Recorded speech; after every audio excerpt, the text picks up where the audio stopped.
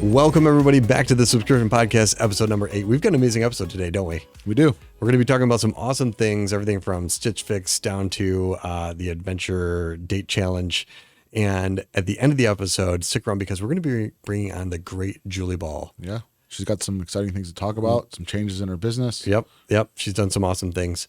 So let's dive right into this. So in the last episode, we talked a little bit about the challenge we were having, the back and forth we were having is I said that if Peloton reduced my price over time, I would ride more.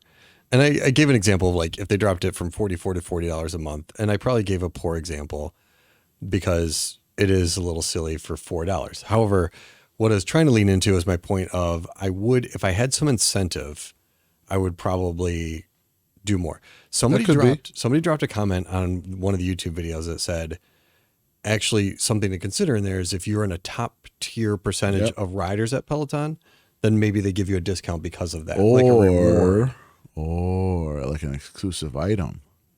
Or exclusive. Like yeah. The more you ride, the more you get. And they do stuff like as far as referrals go, but that's a great way, great customer retention. The goal of the podcast here is to spur ideas and to spur thoughts. And we have fun banter because we're like family and we've known each other. And so when you see us screaming at each other with poor Alex stuck in the middle, it's not because we just want to like drive Alex out of the room. Paul's jealous of me. It's because I'm extremely jealous, but because these are the type of banter we can have. And we don't hug at the end, but we give like, that was fun banter. Mental hugs. It's mental hugs.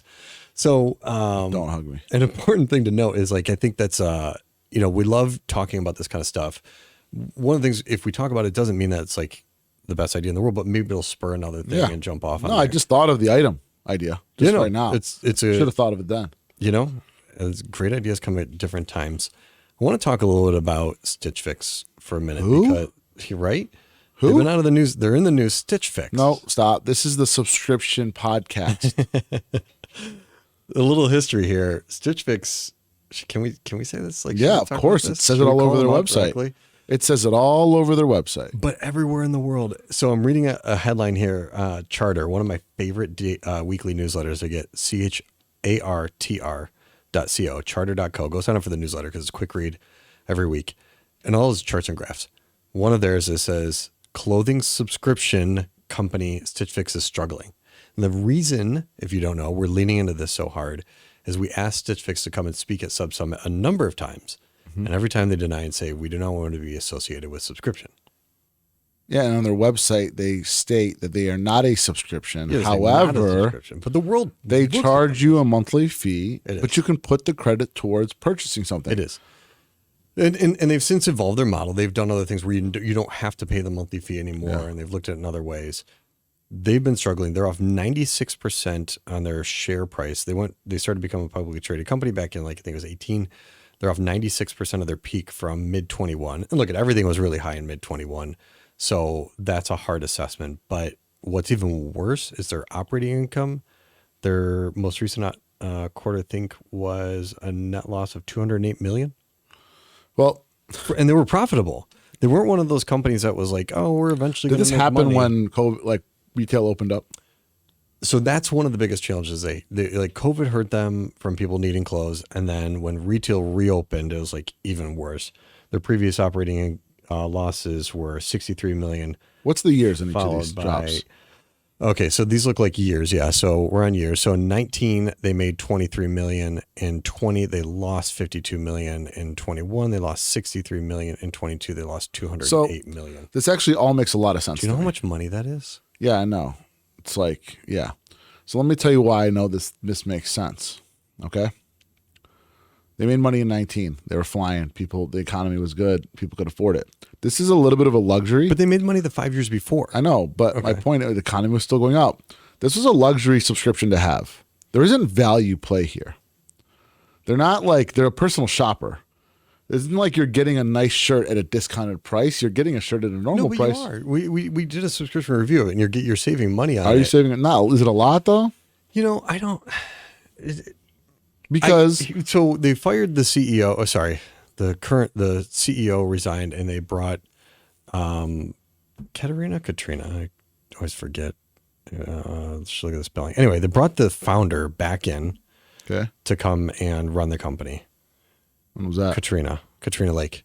When was that? Recently, like in the last couple of weeks. Okay. Unfortunately, they had to make more cuts to their staff, and it was filled with a big apology, like a 20% cut in their workforce. But, I think, that's the other part of it. Maybe it wasn't being run the way it should have been run. And yeah, COVID hurt them, and then the return to retail hurt them too. I think, listen, there's a little bit of luxury to this, having this personal shopper. People during COVID didn't need as much clothes. They weren't going anywhere, right? Yeah. So they were home, and people are working from home. And if you used Stitch Fix to up your style and be that personal shopper, when you're going out for work every day, you need outfits every day, right? People were staying home, so they're wearing, couldn't they have shifted that to like at home, the athleisure lifestyle? But you probably have those. Because Lululemon blew up during COVID because everybody wanted to wear the athleisure, their home and stuff like that. Why couldn't they shift that way? One thing to consider. I'll wear this hoodie 7 days in a row. That's the smell. Yeah. But I won't wear my nice shirt 7 days in a row. I wear that on Saturday when I go out. Or I'm going to dinner, I wear a nice shirt. Or I'm doing a talk, I'm wearing my nice black shirt.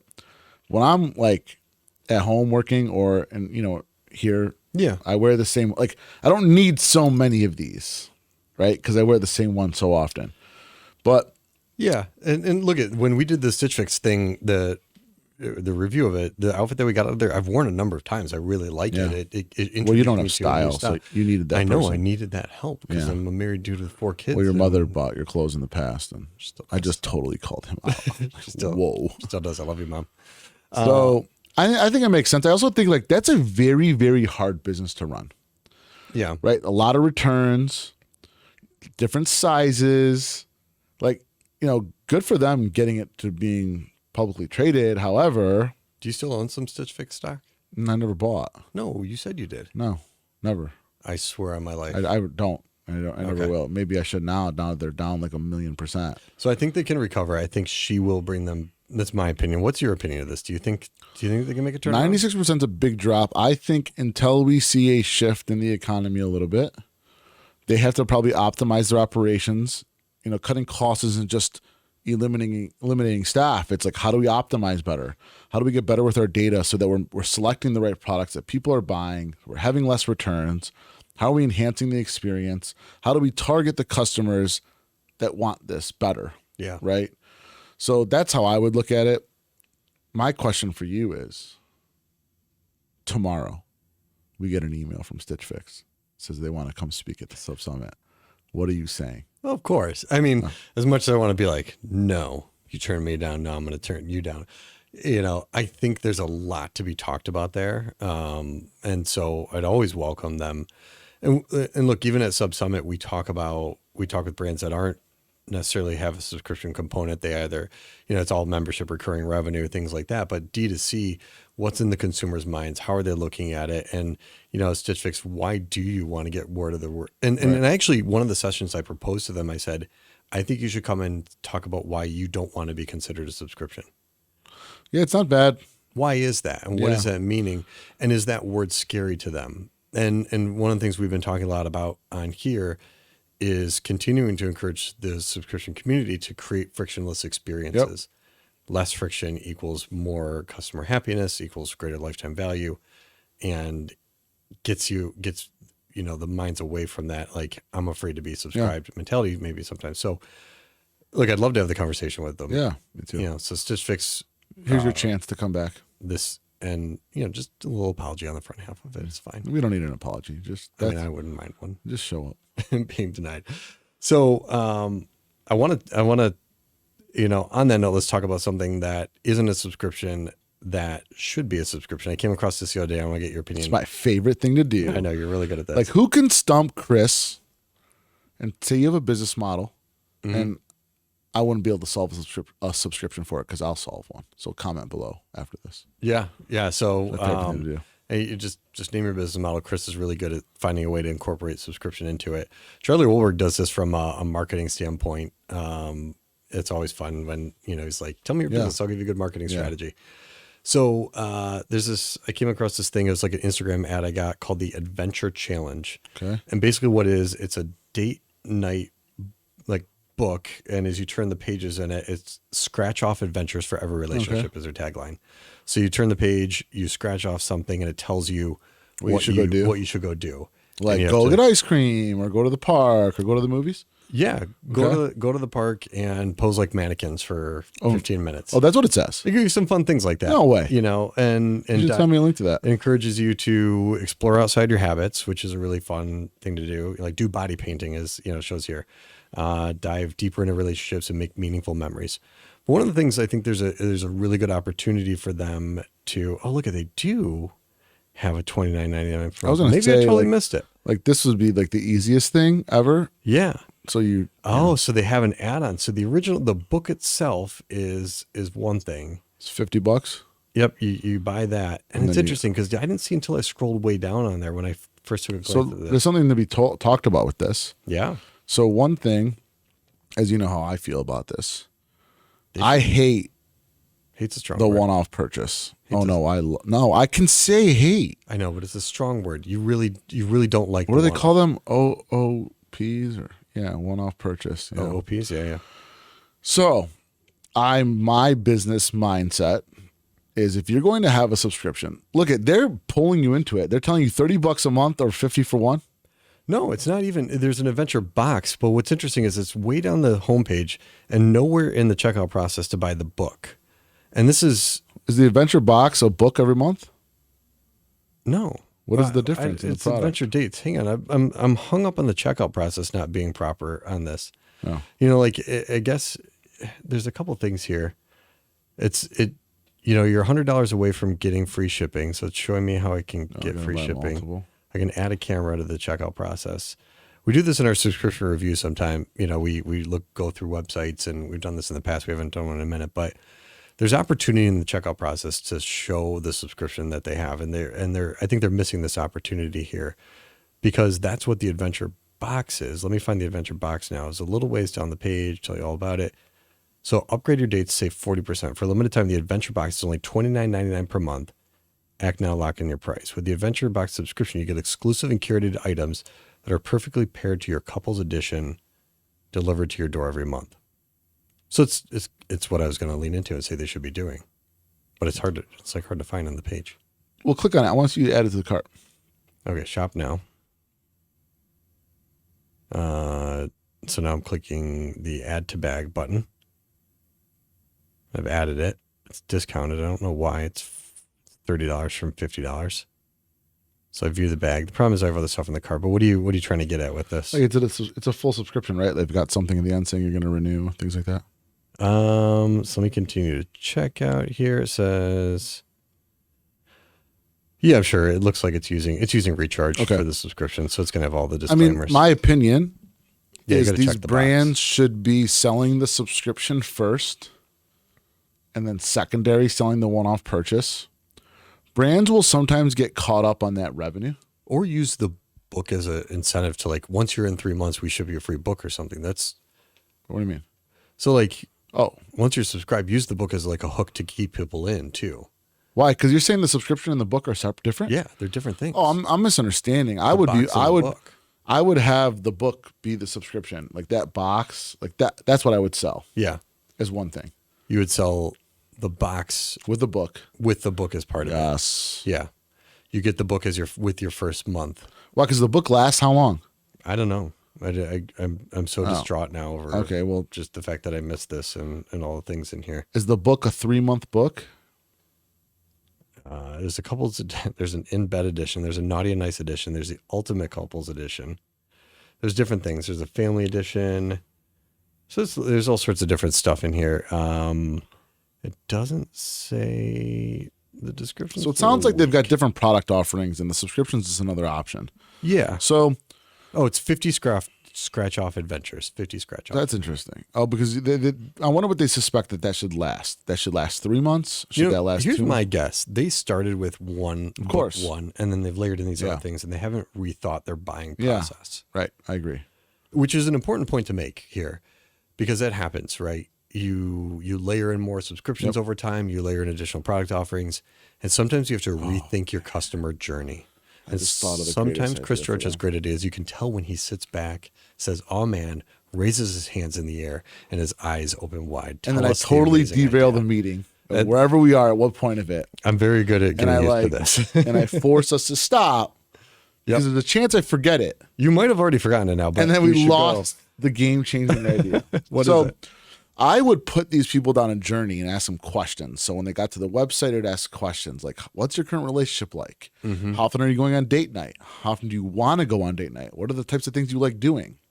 Then I'd curate a special box based on those needs. And let's say it had 12 scratch offs in the booklet, 2 a week based on what I selected. Then had all these other little pieces that were to it. Now I'm like, one, fulfilling their need for that month. I'm getting them to come back every month. Maybe I'd make it quarterly too. Mm-hmm. And I'm giving them 3 months worth of stuff with the added items. And like on the items, it'd be like, you can't touch this until you get to scratch off number 7. Now I'm hooking them in. Yeah. I'm like getting all this data through the checkout process that then allows me to make better marketing decisions in the future. You're going to lose them though. That's a lot of questions in the checkout. There's a lot of We things. did it with Gentleman's Box. We already proved this out. Oh, you did? Yeah. We did it with the type Premium. form. Yeah. It was super Yeah, easy, and actually. like it was super easy. And you got their email somewhere near the process. So then if they dropped off, I got to hit them with an email to try to convert them eventually. Mm-hmm. And remember how important data is. And we can if you run a marketing campaign towards this subset, and we find out that 30% complete the form, and another subset, 50% complete the form, Mm-hmm. we know to target more of that one subset, right? Yeah. And I know I put some high percentage up there, but you Sure. get what I'm getting at, right? The more data we have, the better. With subscriptions, you're trying to build a relationship with the consumer, so you get them to make these micro commitments. Ipsy does it. Stitch Fix does it. They all ask questions to get them in there. Mm-hmm. And then you know what? If the customer drops off, hit them with a pop-up at the end. Try the book, the one-off book for $50. Yeah. Yeah. Those the quizzes work. And Yes. it wasn't really a quiz what we were doing there. And that's idea kind of is a We little were bit. asking for approval. Yeah. Yeah. Yeah. No, I mean, they're fantastic, like hook-ins there. Because you mentioned that they had like this style book and like the in-bed book and the nut. You might find out through the questions the right one to offer them. Look, you didn't even notice half of those. No. So now I'm driving them down the path that's going to direct them to the right type of book, which is more than likely going to get the consumer to convert. Did we do this? I'm trying to think if we did this one time or not. It's let us need help figuring out what to order. Let us help you decide. Because that's another way through that. If you have fear of like, I want to list all my products so people can see, you can do that. But you can also have a banner at the top, like, need help knowing where to start with this. Let us help. Let us guide you. You know why that's even more important? You know, a lot of times in relationships, one of the individuals might not know for sure. Mm-hmm. Are they going to like this? Are they not going to like this? I don't know which one to get. You let this help make that decision for you. Yeah. Yeah. That's interesting. Adventure Challenge. You should be at Sub Summit. TheAdventureChallenge.com. And I'll let you use my idea. For sure. I'll let you use my idea. You can just use it. He's not going to do anything about it. I'm not going to do anything about it. I want you to use it. And I want you to be super successful. That's the truth. All right. So we got to bring on Julie Ball here in a second. But before we do, I want to, I've got a nice segue into that. So Julie Ball is going to come on and talk to us about selling her subscription box business, which she's done. And then we're going to kind of talk through some of the things she's doing now and all that kind of stuff. And a longtime friend of Sub Summit and what we're doing here. And so I want to air a little beef for a second, because part of selling your business is getting your books in order. Mm-hmm. And when I started, I used to have QuickBooks Desktop I for... thought you were going to call me out for not having stuff in order, and I was going to turn around. This has nothing to do with you. This has everything to do with Intuit. And one of the things that I find challenging sometimes is when, and this is my biggest beef with Comcast out there that I talk a lot about, is like continuously raising prices and knowing they have you locked in and you can't go anywhere. When I started, first of all, QuickBooks Desktop, you'd buy it and you'd have it for like 3 years. You get a new one. It's $250 every time you buy the software. That's what you're spending every 3 years. Now, then they moved to QuickBooks Online. And when I started with QuickBooks Online, it was $19 a month. It was $9 a month. What's it now? Do you know what we pay for QuickBooks every month now? I don't know. I feel like you don't want to know. It's $55 a month now. Yeah. And we have a couple extra features in there. Who's the alternative? That's the problem I have. Who's the alternative? And I'm stuck in it because it's like all my financial So let data. me ask you this and it's question. a pain in the butt to move. Mr. Chambers, you got the best accounting software in the world. And you know you can raise the price. Right. You're not going to raise it? Things are more expensive. Engineers cost more. Not the rate at which they've done They've it done it and fast? the way they've done it. It's been aggressive.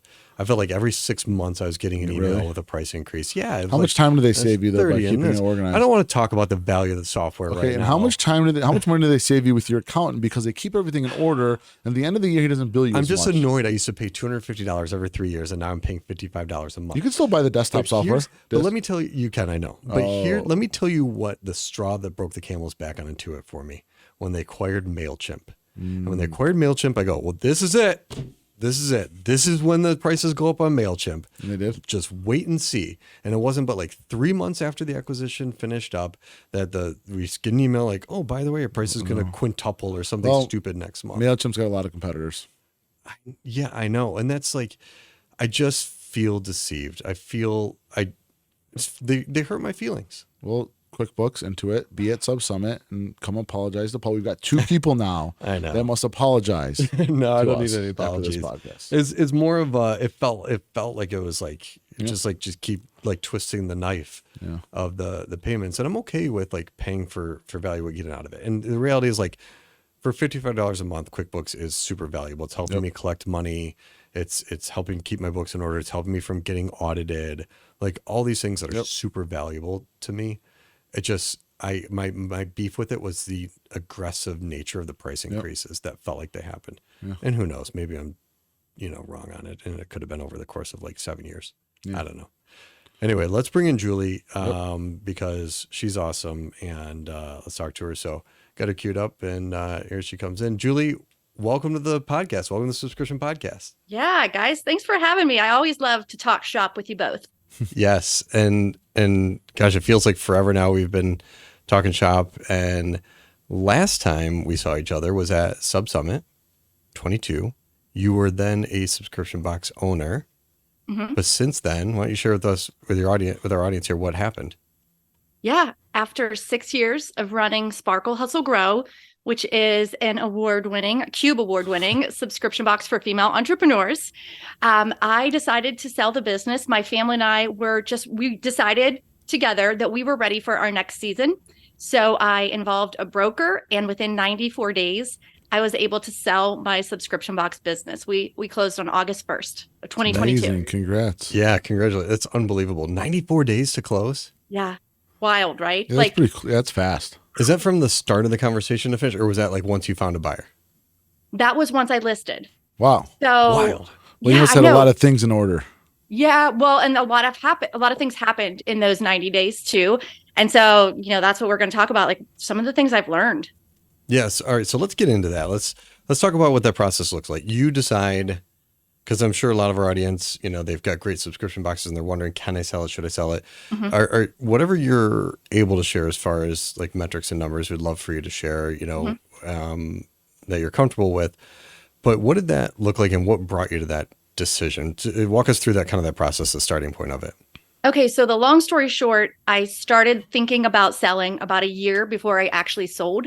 I needed to do some legwork. I needed to learn how that even works because I had never sold a business before. And so I'm really grateful for this conversation because a lot of times people just talk about starting a subscription box and scaling a subscription box. And so I love having the conversation about actually selling. Like, what's your next step? We knew that it was not going to be a legacy brand. Like my daughter wasn't interested in running this, years down the road. Yeah. And this was truly a family business. So it impacted my husband, Kenny, as well. And so the three of us sat down and talked about it. Like, what does our dream life look like? What's our dream day, month, year look like? And it was just very clear after that conversation that we were ready for our next season and that Sparkle Hustle Grow wasn't going to be a part of it. But what was really important for me was to find someone who would give it new life, who would continue that mission of empowering women in a fun and supportive way. And so I hired a broker, and that was the thing that really made the difference for me. Because again, I didn't know what I was doing with selling a subscription box, and you don't know what you don't know. Like, you could make so many missteps, and there was just too much on the line for me to do that. So what point, so you hired the broker, did the broker give you a lot of the advice of like, okay, you need to make sure you have this? So was that the year out point where you're like, okay, or was the year out you decided and then about like after 6 months you hired the broker? Where did that fall in the time frame? a year out, I started thinking about it and I started Okay. doing my own research. It was, let's see, it was March, I believe, of 2022 when I first did a consult with her. Like we got on the phone, did a consultation. We talked about the business to make sure it was a good fit. And then I hired her to do a broker opinion of value, which is just another word for valuation of your business. And one of the things I learned from her is that it's not just a simple formula. Yes, there is a formula, but it also takes into account your online reputation, Hmm. what domains you own, what social media you're doing. It's more about the holistic view of your business. Think about if you're trying to sell your house and you put, fresh cookies in the oven, it just makes it Yeah. more sellable when someone walks in. That's what I'm talking about, not just the pure numbers, but the big picture of what you're getting. Are you getting loyal subscribers? Are you getting media mentions as part of this? So many different factors. Julie, a big part of Sparkle Hustle Grow was you, right? Julie Ball is the individual. How did that affect the sale of the business? That was one of the things that we definitely had to think about because I was the face of the brand. What I learned is that you can sell your business if you are the face of the brand. You just have to make some tweaks slowly.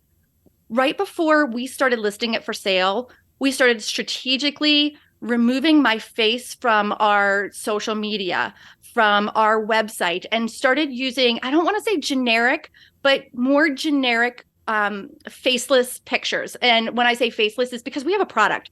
Why don't we just feature the product rather than me on, doing all the social media?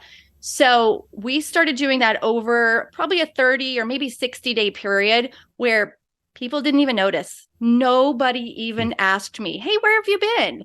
It was almost like business as usual. It's just we didn't do it overnight. We kind of did it over a period of time.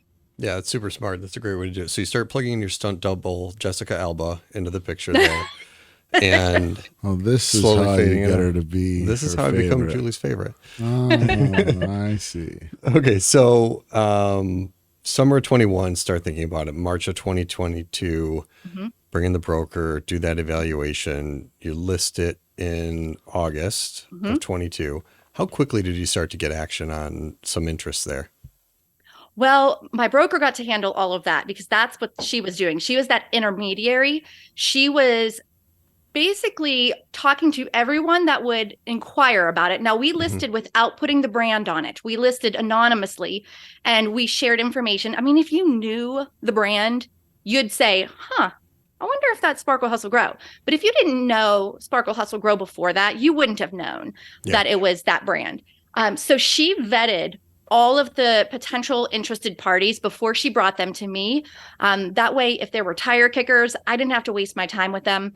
She got to have the interesting conversations about financing, about what does this look like, what are you looking for in a business. So she was that intermediary, and only when she had properly vetted someone would she bring them to me and say, let's get on a Zoom call. We would schedule them for about an hour, where I would meet the potential buyer and they would meet me, and we would just talk through things, introduce ourselves to each other, learn about the business on their end, but me learning about them, because ultimately I had the choice of who I wanted to sell it to. Hmm. If I met with someone and it just didn't feel like the right fit, then I didn't have to pursue that as a buyer. We weren't in a place of, desperation. We wanted to find the right people. And Yeah. when we did ultimately find our buyers, it was very clear on that first call. It was serendipitous. There were so many moments where we just stopped and we were like, oh my gosh, this like chills. Yeah, you get And chills. Yeah. so, yeah. And, That's and cool. so I think one of the things that helped me with that is prior to meeting all these people, I had talked with my broker about what my dream buyer looks like. Like these are the qualities that are important to me as I pass along this business.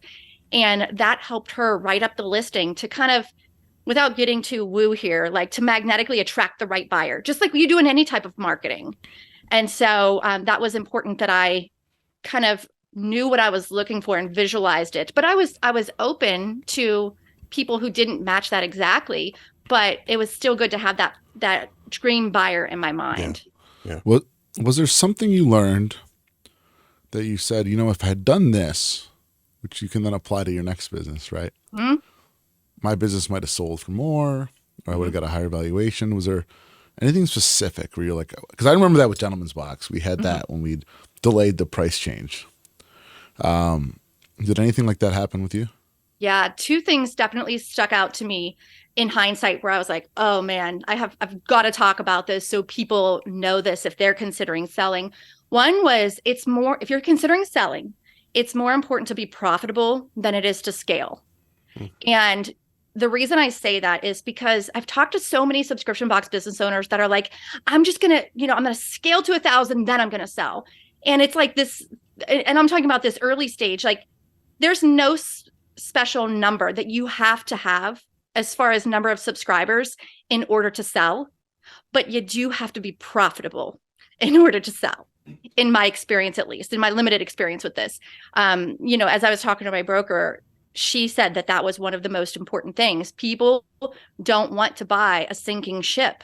They want to buy a business that has legs, that has profit potential and other opportunities beyond that. So that was one of the things that I learned. And during that 90 some days that I was preparing the business for sale, one of the things that I realized is that I overcomplicated things. I Hmm. think we can safely say you need to simplify your offer. You don't have to have 10 different subscription levels to be successful or to sell. In fact, when you are trying to sell your business, if you have simple processes and like standard operating procedures, if you have a simple business model, that looks good to a potential buyer because Yeah. it's an easy acclimation. You know what I mean? It's Yeah. easy to acquire and then just business as usual. Learn the processes and let's make this even more successful. Yeah, I think you bring up a good point. It's something I talk about a lot. You know, we see in the news and the media these big brands that sell or get these crazy valuations, and they built and they're scaling and they're not profitable. It's very, very different when you think about the small business, right? Mm-hmm. And the truth is, if you are profitable, somebody will more than likely want to buy you Mm-hmm. versus not being profitable. I think there probably comes a point, right? Like if you're in this 1,000 to 10,000 to 20,000 subscribers, being profitable is very important. Yeah. When you're at 400,000, 500,000, sometimes it can be very different in regards to you might not need to be necessarily be profitable at that point because a bigger company will come in, the economies of scale, eliminating some of the marketing strategies because the brand's already built, like then allows them to be profitable fairly quickly. Right. Right. And so I think that that's why that works. But when you're at a smaller scale, that mid market, having profitability, I think is critical. When you were talking to the broker, were there any things that you talked about as far as like a starting point for the size of a business needs to be to consider selling? Because I think sometimes, a lot of people think, oh, I got to have, hundreds of thousands of subscribers to want to be purchased. Mm-hmm. You grew a very nice business. It wasn't a massive hundreds of thousands, but you had a great profitable, nice customer base. Like, did you get any parameters from your broker on that or understand any of that through the process? No, not necessarily a number of subscribers. Like I said, she had just drilled down the point that you needed to make it as profitable as possible. And even when you're thinking about selling, you can make changes right then and there to make your business more profitable. Things like what software are you using? And do you have any duplicate software, like things that do the same thing that you can cancel? What can you improve on your profit margin? There's things that you can do along the way. So it wasn't necessarily, like I said, a specific number Yeah. of subscribers. It was all about the profit. Yeah. Interesting. Yeah. So now you've learned some amazing lessons building, scaling, and selling a subscription business, and now you're taking all of that knowledge and imparting that wisdom as a subscription box coach now. And you Yes. had before, really, but really this is where you're shifting your efforts now full time, correct? Yeah, absolutely. So I had been running Subscription Box Bootcamp and the podcast called Subscription Box Basics for years now. But now I have this different point of view too, and this new level of experience after having sold the business. And I've brought on a co-host, Renee Gonzalez, and she is the marketing coach for Subscription Box Basics. And so we have doubled down on that coaching side, really helping the new and aspiring subscription box business owner in those early stages. That's awesome. Yeah. And so you're doing that through the basics, and right now you're launching the Business Box Business Plan Workshop. That's coming up here, right? Yes. So January 16th through the 20th. That's a short workshop that will, by the end of the week, you will have a business plan. And then we have just updated Subscription Box Bootcamp. There's so many new features. There's so many things to make the decisions that you have to make in the early stages, make them easier. So we've got calculators to help you. We make software recommendations. We just kind of hold your hand and give you that step-by-step process that those newbies need. Myself included years ago, I wish I had something like this. So when you pair up something like Subscription Box Bootcamp with the resources that you guys provide at S.O.P.s and Sub Summit, I mean, it is such a winning combination. Yeah, that's awesome. I appreciate the plug there. So this is something our podcast drops pretty quickly here in the next couple of days here. And so people should still have time to sign up for the Box Business Plan Workshop. If they don't get there in time, or if they don't see it, or they listen to this podcast months online, they can still get into your bootcamp and your workshop, your ongoing program that you have, right? Right. It's at subscriptionboxbootcamp.com where you can find all the details. Awesome. There's some good stuff here. Any final, because we're at our time here, any final words of wisdom you want to share with our audience, Julie? And there's a million things. I have so many more questions I want to talk about, but I want to be conscious of our time today. Like any final parting thoughts you have for our audience today, though? I think, if the audience, if anyone's listening, thinking about selling, one of the things that you have to remember is it's kind of like when you sell a house or you buy a house, there's that due diligence period. And there's going to be a lot of work during that due diligence period. For me, that was a bit stressful because I had to update all of my S.O.P.s, my standard operating procedures. So one of the things that I'd like to leave as a bit of advice is as your processes change throughout the years, update those. Do screencasts, create, simple step-by-step documents, and you'll thank me later when it's time to sell your business. It's amazing. Like a playbook. It's like you're creating this playbook for the new business owners, and having that playbook was so valuable when we were kind of pitching the business to buyers. So that's some tactical advice if you're thinking about selling. That's amazing. And that's a hard thing to do. It takes a lot of effort, especially those people that are master procrastinators like myself. But putting the time and effort into that is super valuable. Yeah, for sure. Awesome. So subscriptionboxbootcamp.com. You can also meet Julie live in person at Sub Summit 2023.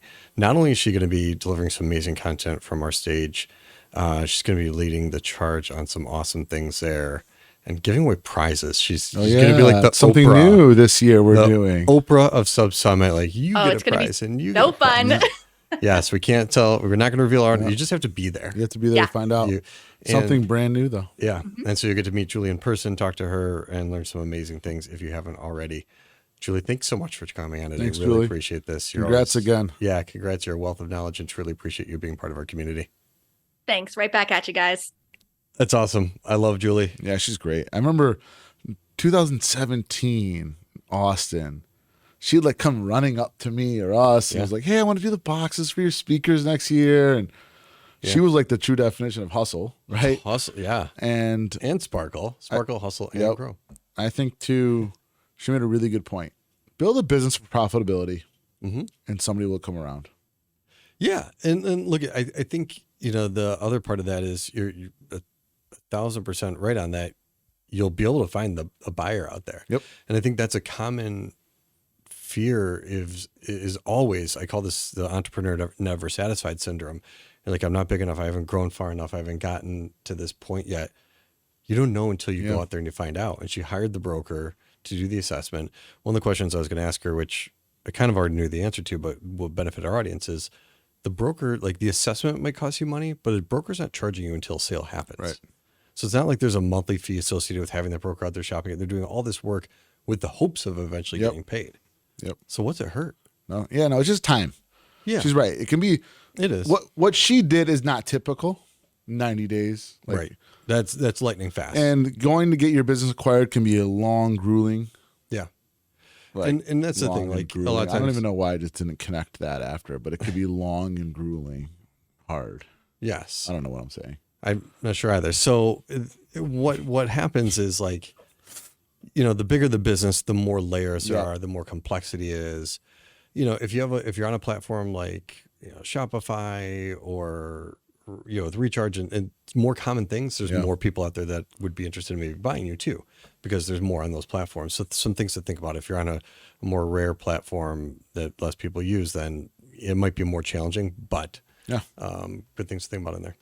Cool. This has been an amazing episode. Yeah. Lots of great stuff. Topping it all off with Julie Ball here.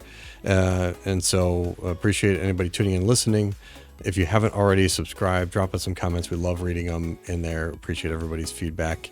And we will see you on the next episode of the Subscription Podcast.